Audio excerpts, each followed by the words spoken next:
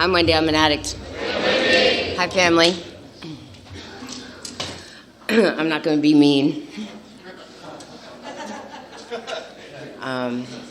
When we found out that Craig was going to share today, I think I was more excited than he was. And we sort of found out a little bit ahead of time. Someone let the cat out of the bag. And I was really happy about it, but he was thinking, why? But I got to tell you why. Because he works the program of Narcotics Anonymous. You know, I've known Craig since 1994, and in that amount of time, I have seen him grow. I have seen him change. I have seen him struggle. I have seen him overcome struggles. We've been through a lot together. We've traveled over half the country together. And for some of you out there know what it means to travel half the country together with somebody on two wheels. You know the kind of bond that develops there, you know. So I have a lot of love for this man. I have a lot of respect for this man. You know, I trust this man completely with my life, you know. So I feel privileged. I feel grateful to have the opportunity to introduce him. And I can't tell you what he's going to say. I have no idea what he's going to say. I've heard him offend a lot of people. I've seen him make a whole room full of people, a couple hundred people cry. So I don't know what's going to happen, but I can tell you that, you know, Craig is the kind of person that when he's talking to you, he's looking directly at you, you know. And if his lips is moving, he's not lying. So, and I love him. That's all I got.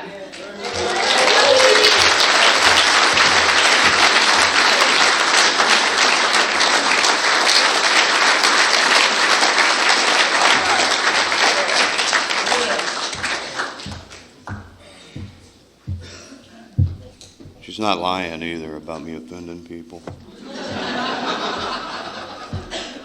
I'm an addict. My name is Craig.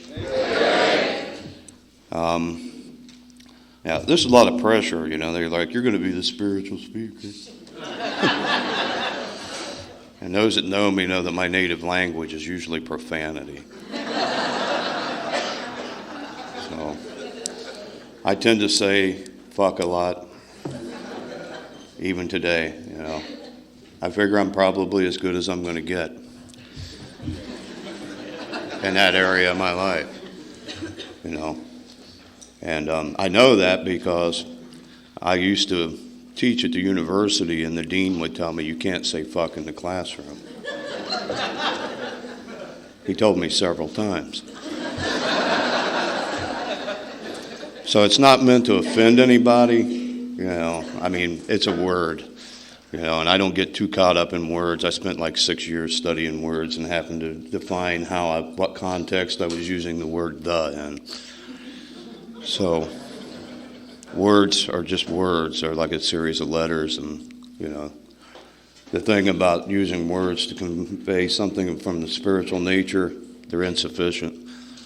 You know, I've never seen words convey the spiritual message completely. I've seen a lot of people get close, you know, but generally, you know, I mean, I was thinking about what it means, you know, the spiritual speaker. It's like, how do you speak about something that's intangible? You know, and the spirit is really intangible. You know, we can't see it. You know, sometimes we can see it. But generally, you know, it's just something we have to, like, have faith is there. This thing is backfeeding, driving me crazy. I got a bad ear. Let me stand back. Can you still hear me? How far back can I go? Good. Anyway, you know, I don't talk a lot about using because I'm one of those people that have been around long enough that I'm well past the amount of years I used clean. You know, and I'm real grateful for that I've made that. I mean, when I got here, I don't know that there were very many people in this fellowship that had over 20 years clean. There were a few. They were like God. You know, if you had 5 to 10 years in 1988, you were God. A lot of you had the need to tell everybody you were God.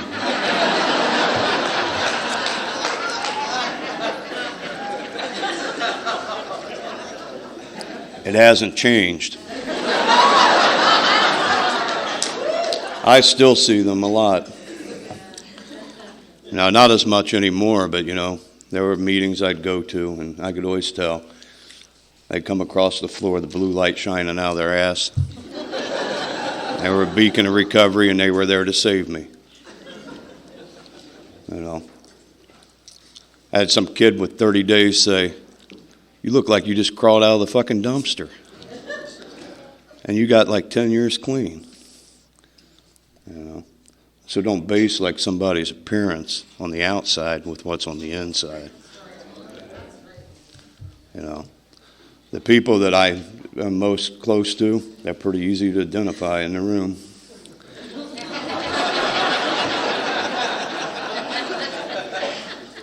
They kind of look like me a little bit. Some of them are thinner.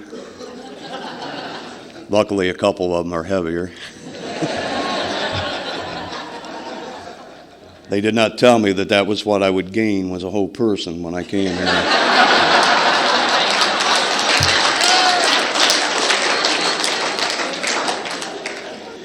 When I got clean my first attempt at getting clean in 1987, I weighed 135 pounds. Trust me, I've gained a whole person since then.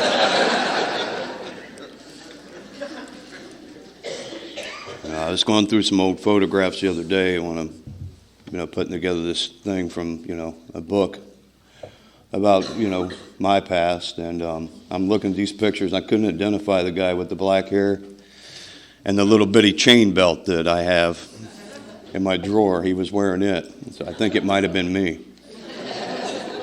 And I know I'm not getting that chain belt on ever again.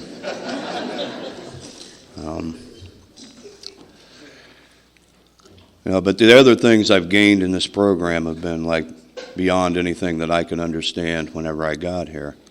And that's the way this has worked for me. It's like, even today, there are things that, I remember from like the first year.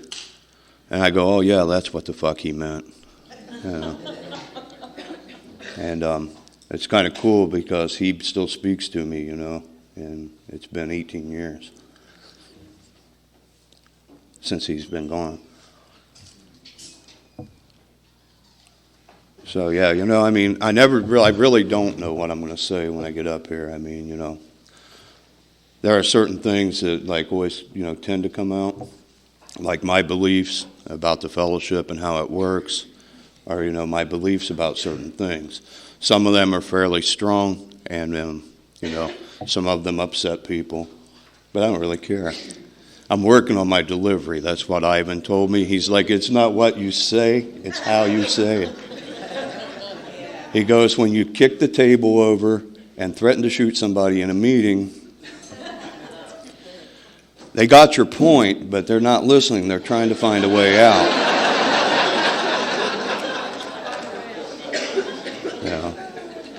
And I've struggled with that, because a lot of the character defects and stuff I have, they come from way back. They come from childhood, and I did not grow up in the fucking Leave It to Beaver family.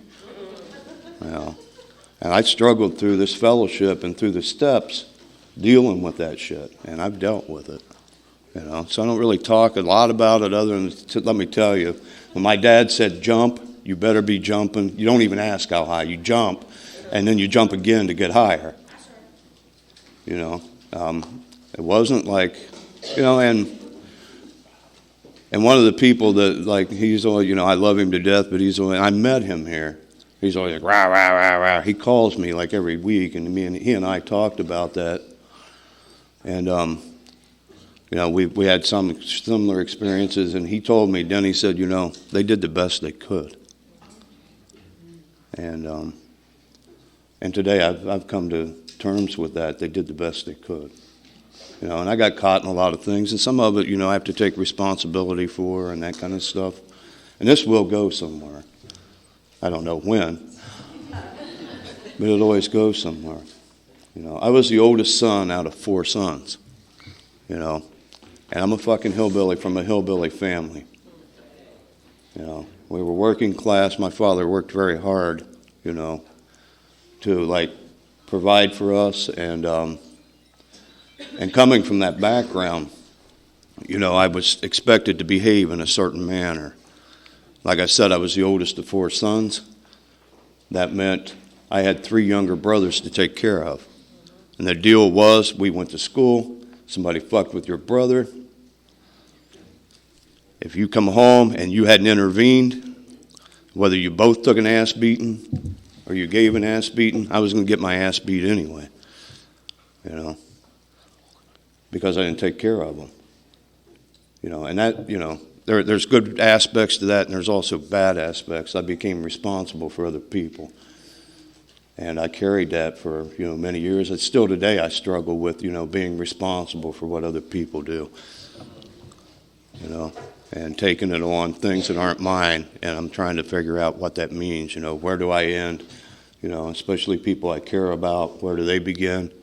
When is it, you know, protection? When does it become disrespectful to step in and take over for them? I don't know. You know, it's just something I have to define for myself. When I went to the university, they tried to beat that, you know, into my head. They talked about Appalachians and how we were clannish, like it was a bad thing. You know, I don't believe it to be a bad thing today, you know, and the way I figured all this stuff out is through the steps. I took my own inventory. You're welcome to. If you're going to take it, write it down and give it to me so I can have it.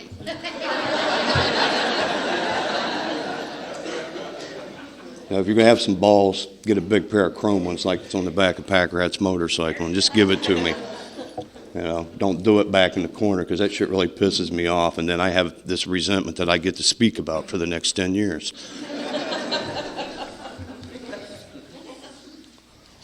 And I've had to go through some of those. You know, and like I said, it's not to offend anybody, but, you know, you can always tell. You know, they get like 3 to 5 years, and they got it all figured out. And the blue lights shine out of their ass.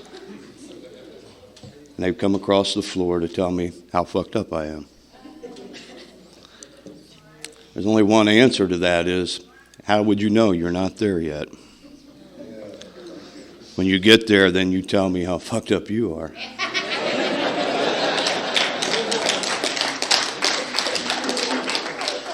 Until then, you have nothing to talk about. It's kind of like in a discussion meeting when somebody goes, I haven't worked that step yet. You know, depending on my spiritual condition, sometimes I say thanks. You pass. You can't share experience you don't have, you know. And this is my experience, you know. It's not yours, and I didn't get it from anybody else. It's stuff that I went through in recovery and in life, and, you know, how I've applied recovery to my life. You know, but right before I got here, like I said, I was in a treatment center in 1987. I went there to hide from a lot of pain. You know, I'd been on about a month run that, you know, I took off on when my younger brother got killed. And like I said, I felt responsible for that. About a week before it happened, he came and told me, he's like, I don't understand anymore. It's fucking insane. I do insane shit. And I said, it'll be all right. He didn't make it.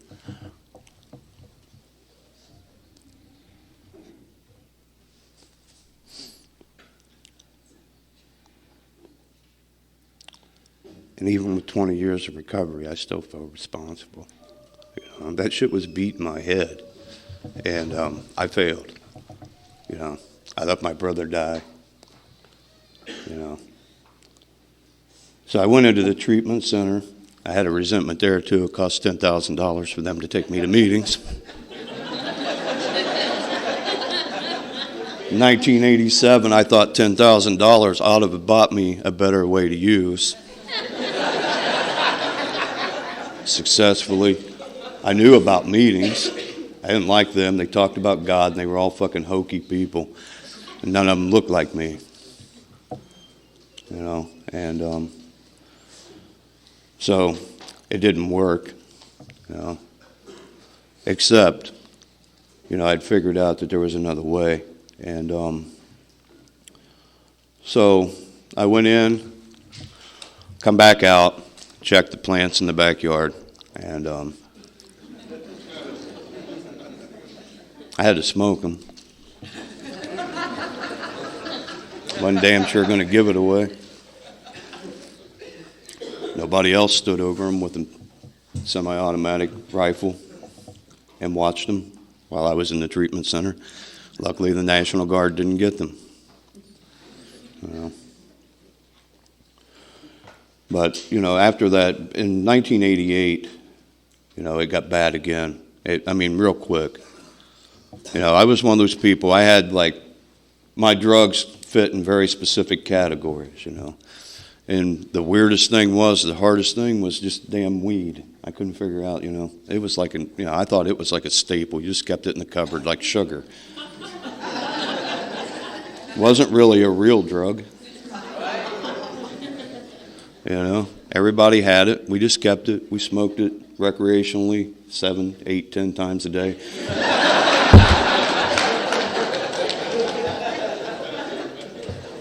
You know, I didn't see the problem because, you know, with that specific drug, I didn't go to jail a lot. You know, but, you know, I say that now today, 22 years later, I'm like talking to my daughter who's an attorney. Prosecuting attorney. In the county I always got arrested in. And I said, you know, I'm going to get a concealed carry permit. And she goes, didn't you have a possession charge in like 1985? I'm like, yeah. I said, you know, it was like a misdemeanor, like weed charge. She goes, you can't get a concealed carry permit. I'm like, fine, now I don't have to declare it.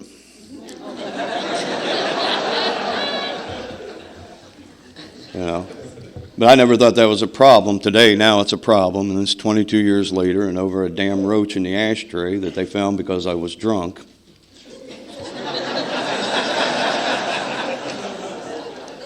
I can't get a concealed carry permit.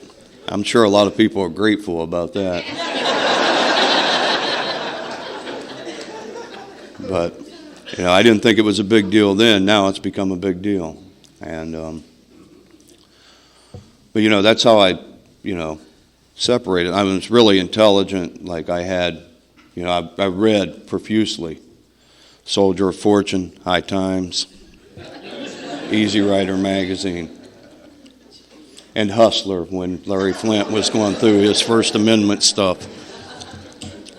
You know, I was very interested in, like, my right to say whatever I wanted, whenever I wanted, even before I got clean. You know, I worked in a factory, and they were going to start doing urine tests, and I would, like, walk across the middle of the production line screaming to the people how they didn't have the right to do that. This is a union plant. You know, they cannot make me piss in a cup. They still can't. I can choose to accept the consequences of not doing that if I so choose. Today it's more fun because they're like, you know, they're like looking at me, and they're sure they've got me. You know, like, here, have a sip. It's clean. You know. But like I said, I kept everything separated and like really, you know, so I did not want to be an addict, you know. And I'm not one of those, you know, I'm not grateful I'm an addict. They just took a tumor out of me. I ain't grateful I had cancer either. So, you know, I'm grateful for the fellowship though. You know, that's the difference. I'm not grateful that I'm an addict. I'm grateful that there's a fellowship that I can come to and, you know, be allowed to participate and have somewhere that whenever I say shit, people understand, you know. I mean, I remember when I was first trying to get clean, being in a meeting with a bunch of old guys, and it wasn't this fellowship. They were talking about spiritual experiences, and see, this is why I can say, you know, if it ain't your experience, don't share it. But I did share in there with them, you know, they were talking about spiritual experiences, and I was telling them how my spiritual experience was eating like 3 or 4 tabs of LSD and watching the fucking lightning show.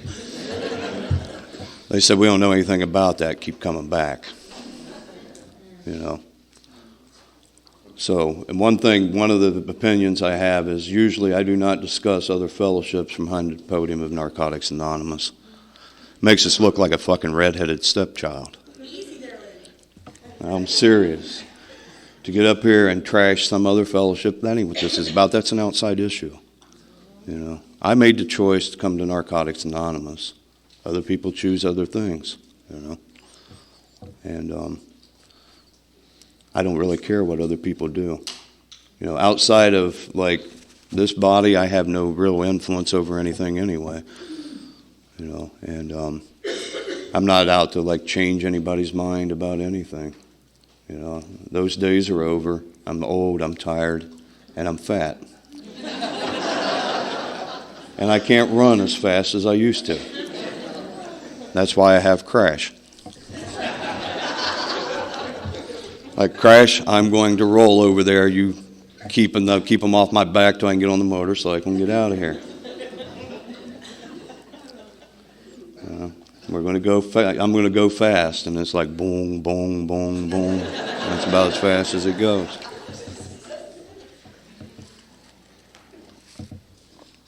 But I used to hear a lot of that, and it always did upset me that we would do that, because it does. It degrades our own fellowship, and it's taken me a long time. Now, one-on-one, I'll fuck with people. If you look at my helmet, FBW means fuck Bill Wilson.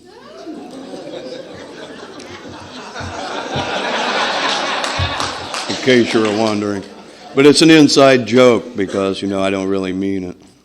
It's just, it really upset like a friend of mine, and so I made it.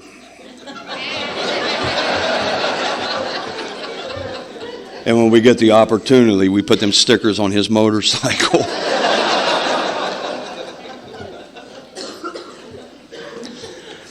But,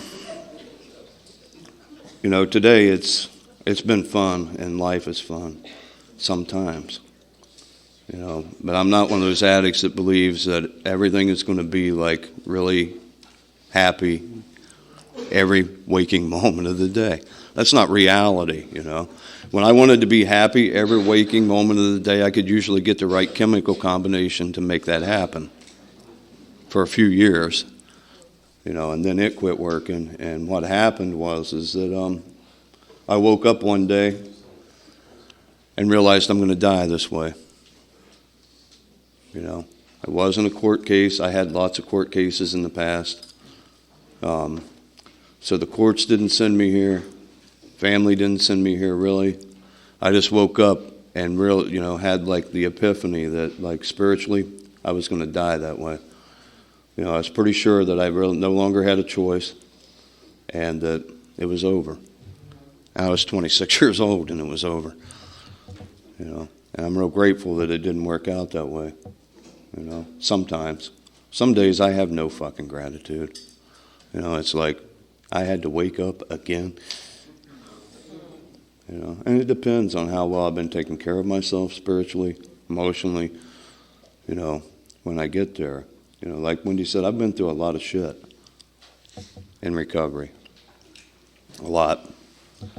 And so when people whine about having a flat tire, their dog pissed on the carpet, I'm not real compassionate.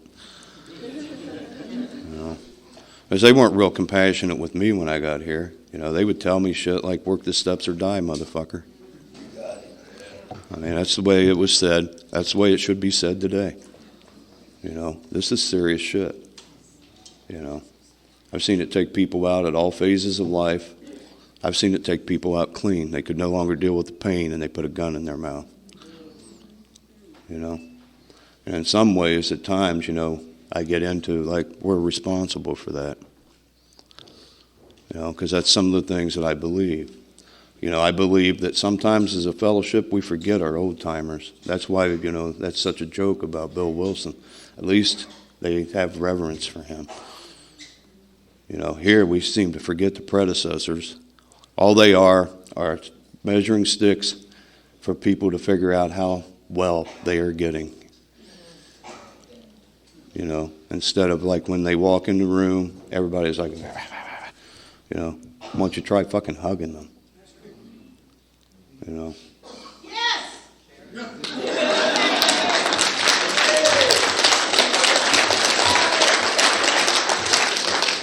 Somebody said last night, and I believe that, sometimes you don't know who the sick and suffering in the room is.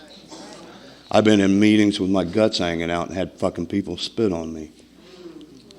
You know, and then they wonder why I want to carry guns in Narcotics Anonymous.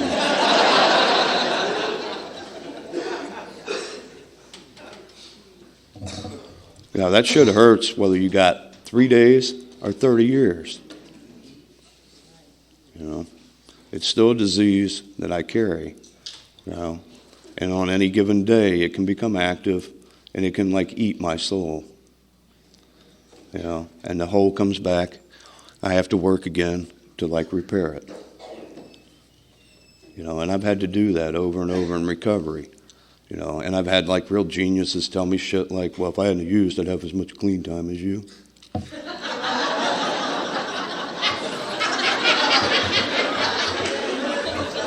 Like, gee, Einstein.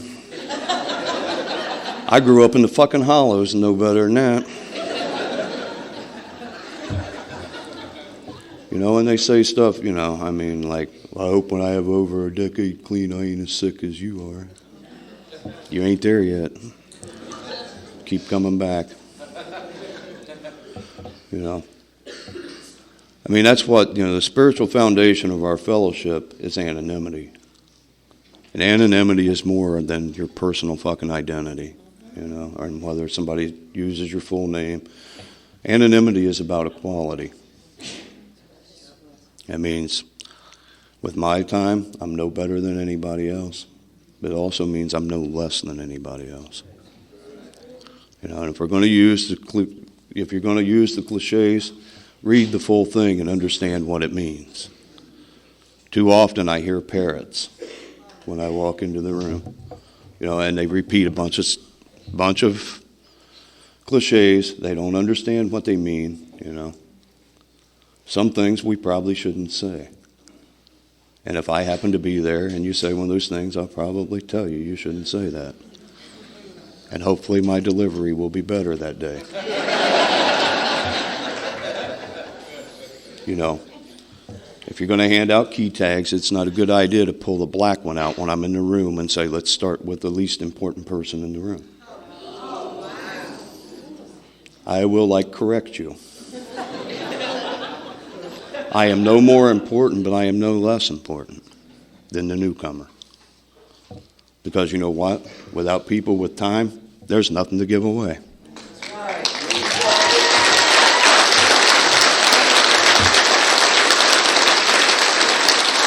And I've had that happen a couple of times on my anniversary, you know. And some, you know, depending on my spiritual condition, it can get really fucked up. You know, I can lose my mind. You know, if clean time don't matter, get some. You know, I'm damn happy for the time I've got, and I feel blessed. You know, and I'd like for everybody to be able to get as much time as they can in here and stay clean as long as possible. You know, but don't run people out of here. You know. Like I said, now, those are some of the things I say that, you know, I mean, they tell me the new person's the most important person in any meeting. Fuck no, it's me. And for you, it's you. You know, we're here to help each other. We're not here to, like, beat on each other. You know, if I want to beat on somebody, I'll go back to the redneck bars that I used to hang out in. And when you look like me, you attract a lot of fights. I was like a magnet in my ass. And like I said, I weighed 135 pounds. I took a lot of ass beatings. Unless I got to hit you first. And then I would usually hit you with something out of the blue. You didn't even know I was mad at you. We would be having like a real friendly conversation, then I'd hit you with a long neck. We might as well get it over with. It's going to happen before it's over with anyway. You know? We don't need to do that to each other in here, you know. And, you know, yesterday we were discussing, like, why I brought her the base. Well, I finally understand that my base doesn't only come from in here. It comes from in my life, period, you know. And I can pull things outside of the fellowship because I understand, you know. I've done all 12 steps several times. I've taken my own inventory. And by that account, then, I don't really need you to do it. You know, and that's what I tell some of the new people that, you know, have asked me to help them. It's like, take your own fucking inventory so they'll quit doing it. You know, then they don't have a leg to stand on. You take your inventory, it's a personal inventory. It doesn't really matter what other people believe. It's what I believe. You know, and I get there by doing it myself. You know, and I figure out what is acceptable to me, what's not. You know, and, you know, some of that's suggested by other people. And I have the choice then to either accept that and, you know, incorporate that into myself or let it go. You know, and sometimes I choose to let it go. You know, and, but that's how I've got here, and that's how I've got where I'm at today is by, like, doing this over and over and over. And the only way to, like, gain any spiritual experience is through the 12 steps if you're an addict, or it is for me. You know, it's the only way I've found any kind of, like, spiritual peace is through working the steps of the program. Not my program. I don't believe in my program. My program is it's okay to keep this, and we throw this away, and we just put that in the cupboard, and we get it out, and we use it recreationally. And they said, we're pretty sure it won't work that way, Craig. And they were right. And I know because I had to try it. And today, you know, it's like, I do not like, I'm not a beacon. And I know I'm not a beacon because the reading in June 12th of the JFT says 2, 4, 8, 10 years. My fucking light went out a long time ago. And I don't have to be a beacon. I can be hope for a few people. You know, and there's enough of us now that everybody should be able to find hope somewhere in somebody. You know, whether it's me or somebody else in the room that gives you hope. I don't really care if it's me, you know. And I always say, you know, I stayed clean on a resentment for 2 years. You know, I told you I went through that treatment center. This counselor told me, you ain't honest enough to stay clean. I hated him. And I stayed clean out of spite.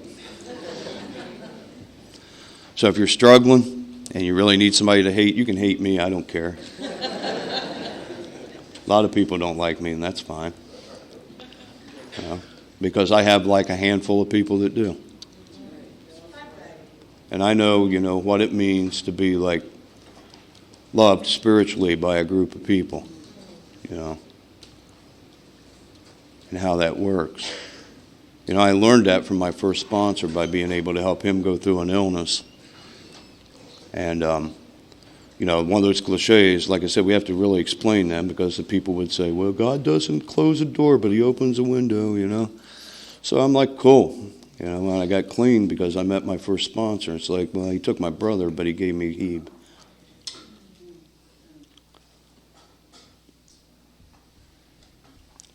Then I had to watch Hebe die.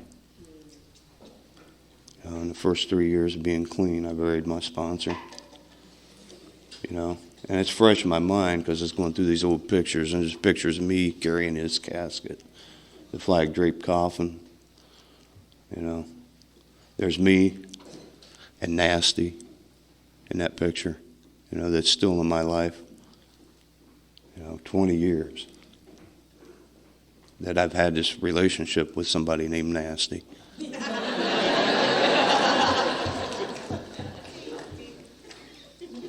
But when it comes to spiritual, it's like I've been through some stuff in my life. I went through the windshield of a car. Wendy decided to throw me through the windshield of a car in 2000. And, you know, I picked up the phone and I called Nasty, and he was there every week. You know, he carried my firewood into my basement. He did whatever I couldn't do because I had a broken leg and couldn't see. He made fun of me because I couldn't see. He called me the blind photographer. you know. But that's the kind of, you know, relationships I've got here, and that's the only way I can, like, touch the Spirit is through the relationships I've developed with other people. And it's not like, hi, how are you? It's the people that really know me. And it's the people who would do anything for me, you know. And sometimes I fall short when it comes to giving that back, you know. But that's on me, you know, because I'm really blessed that I have, like I said, a handful of people that I can trust my life to, you know.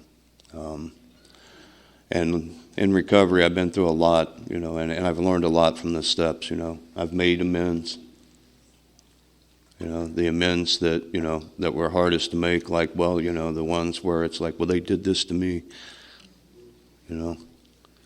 But I got the opportunity in the last 2 years that I made amends to my father. And my father died last August.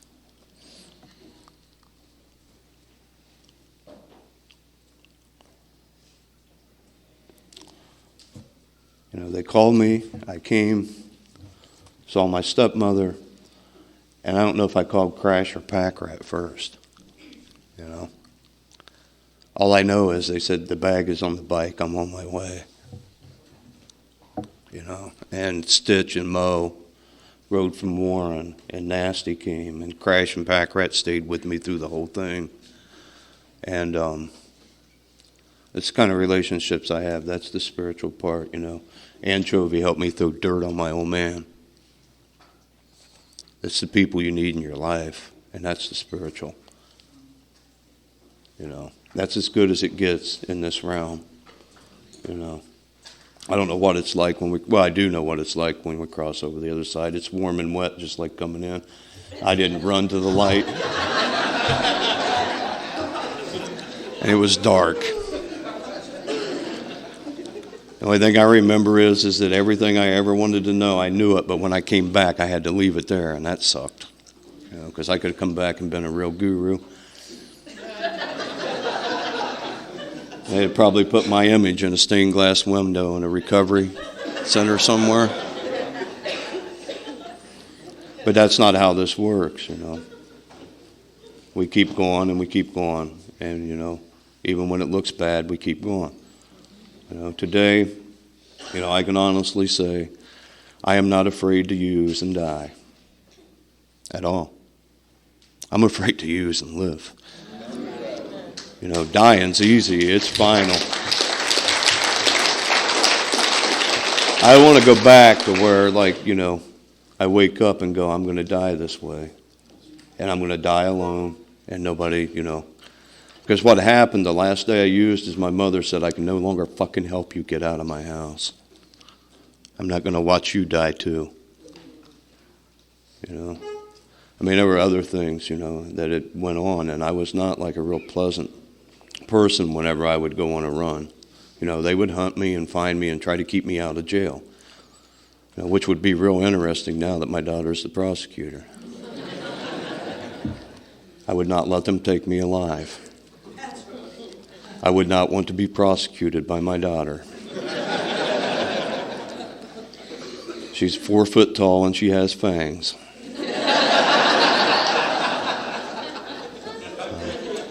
And that's because she was raised with uncles with names like Nasty and Hebe and Crash.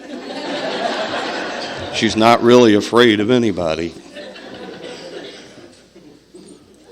You know, yeah, the troll.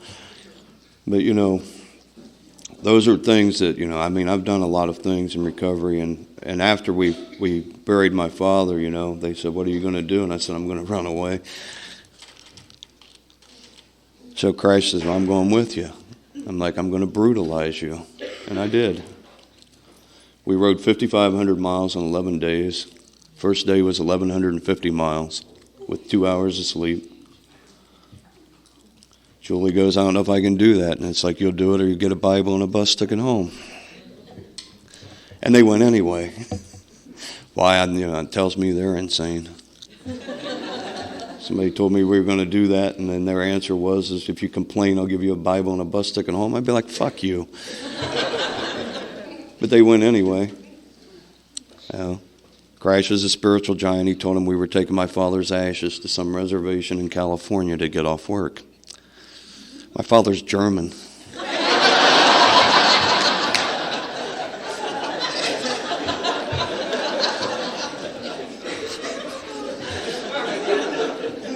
But that's spiritual to me, you know. I had one guy who used to like be mad at my employer, and I'd say I'm going to climb in the bell tower and shoot all of them. He goes, "I'll load clips." I thought that was spiritual. It was as good as I could get at the moment. And, you know, on any given day, you know, that's the thing, I guess, if I have any messages, is that it you know, recovery is a bunch of ebbs and tides. It's like a roller coaster. Some days I can be like, you know, walking across the pond. I tried last night, but Pack Rat kept turning the fucking flashlight off to walk across the water out there. But, you know, some days it's really good. Other days it's really low, you know. And all you have to do is keep doing it. The only way to get fucking loaded is to pick up. You know, everything else is a benefit, you know, of recovery. It's like there are days that, you know, I really don't want to be a spiritual giant. That's the last thing I want to be. You know, if you want to follow me, fine. Meet me out after the meeting over by the pond. Bring pink flip-flops, a blue robe, and be ready to drink the Kool-Aid.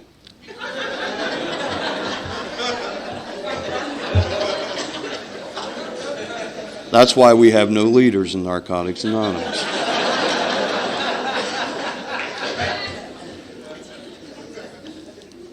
Because I've met a lot of them. You know, like, you know, when it comes to sponsorship, it's like, I don't want to manage, you know, people are like, "Will you be my sponsor?" It's like, I don't know. I don't want to manage your life. You know, if you want a manager, go over and see that guy. He's got all the answers. Yeah. I'll help you go through the steps and I'll be a sponsor. But, you know, I'm not a counselor. I'm not a bank. The only experience I have is with the 12 steps. You know, and I had a hard time with that. It's like my first sponsor and I were like really close. My sponsor today, he was my introduction to Narcotics Anonymous. You know, and I would not have chose Ivan to be my friend. I love him, but when I got here, he would definitely not have been the person I picked to be my sponsor. I had to have somebody that looked like me and sounded like me. And I did, you know, and I spent like 5 years with that group of people. And then I spent like the next 10 years denying that I needed that in my life again. And today, you know, I have that group of people again. Because for me, I need like family. You know, I need to feel that I belong somewhere. You know, and find somewhere you belong and be there. You know. And it was difficult for me at many times in recovery. You know, because I would try to buy everything everybody said, you know. I'd try to be the like really spiritual person and hug the dummy that told me that, you know, when I was sick, if I was sick as you are and that, you know. I still love him. I just want him to stay over there. There's lots of other people to love him. I don't have to. You know. I mean, I don't believe, you know, I've been through the steps. There are some things that people do that are unacceptable to me. And, you know, there are a couple of people that have passed through my life that I'm going to have a hard time ever forgiving. I've learned to never say never, so that's improvement. But, you know, they did some things that were so wrong that I will probably never forgive them, you know. And that's okay. I have to realize that the potential's there that someday I may have to, you know. But the thing about forgiveness and forgiving of other people is it's not for them. It's for me, so I can live with myself and live in my own skin. I'm going to wrap it up, you know, and hopefully I was very spiritual. Didn't offend too many fucking people. If you did, would the committee please raise your hand? Anyway, most of you know who's on the committee. Take it out on them. I didn't ask to be here. It's their fault.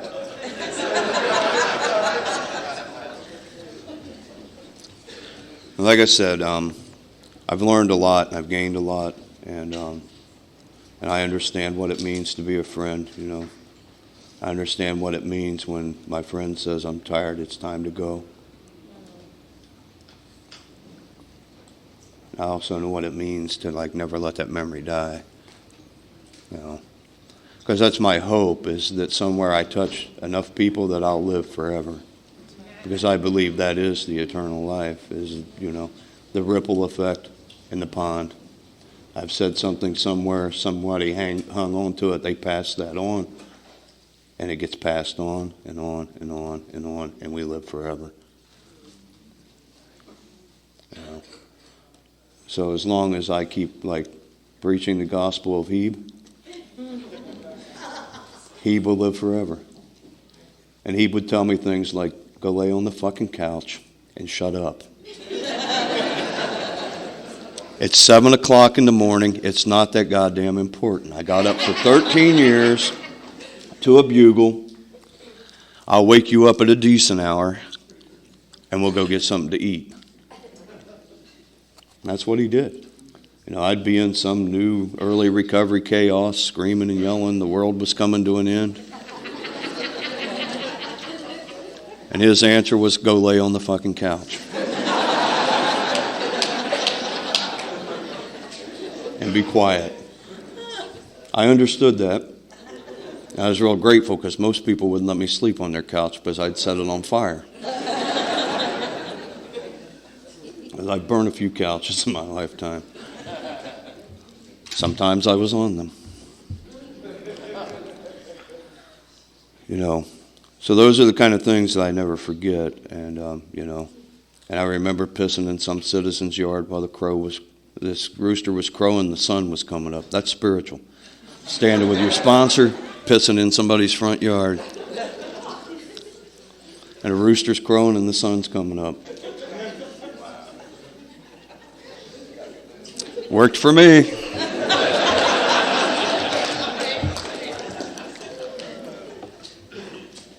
It was 19 years ago, and I still remember it. You know, and I remember a lot of, you know, it's good and bad. I remember a lot of about everything everybody says. Sometimes that can be a blessing, sometimes that can be a curse, because that means I'm going to carry my resentments even longer. You know, and they hurt. You know. I was talking to a friend last night, and we knew this guy, and he used to say, you don't really know how to love unless you know how to hate. And and he would say, really fucking hate. And he would get he would start shaking, and the table would start shaking, and he would turn bright red, and then he would start screaming and spitting. You know, and I believed that, you know, for a long time. The thing is what the hate does to me inside, you know. It really doesn't usually hurt the other person unless we can bring it to some kind of physical conclusion and just get it over with. And I get my ass beat, or Crash gets his ass beat. Anyway, you know, the things that I guess the best thing I can say to get off of here is that, you know, there were people in my life who I believe to be really spiritual. And some of them were here, some of them were outside. And probably the most spiritual person I knew was my grandmother. You know, she lived her life in service to other people. She was not an addict. She didn't attend to fellowships. But when somebody knocked on her door, you know, for the fire department or whatever, she would stay up all night baking pies for the fire department. She had nothing. She lived in this little house, had nothing, and had everything. You know, everybody would talk about Ethel and what a good person she was. You know, she lived her whole life taking care of my 2 mentally retarded uncles. You know, they are 55, 60 years old now, but my grandmother lived for her sons, and she took care of them every day. She lived in service every day to care for them. And we were talking to her, I think it was one of the holidays, probably Easter, you know, and I would always say, Grandma, I'm going to come and see you, and she'd be like, yeah, right. Today, my amends for that is I sat on like my local MRDD board and try to give back. That's how you make amends that you can't fix.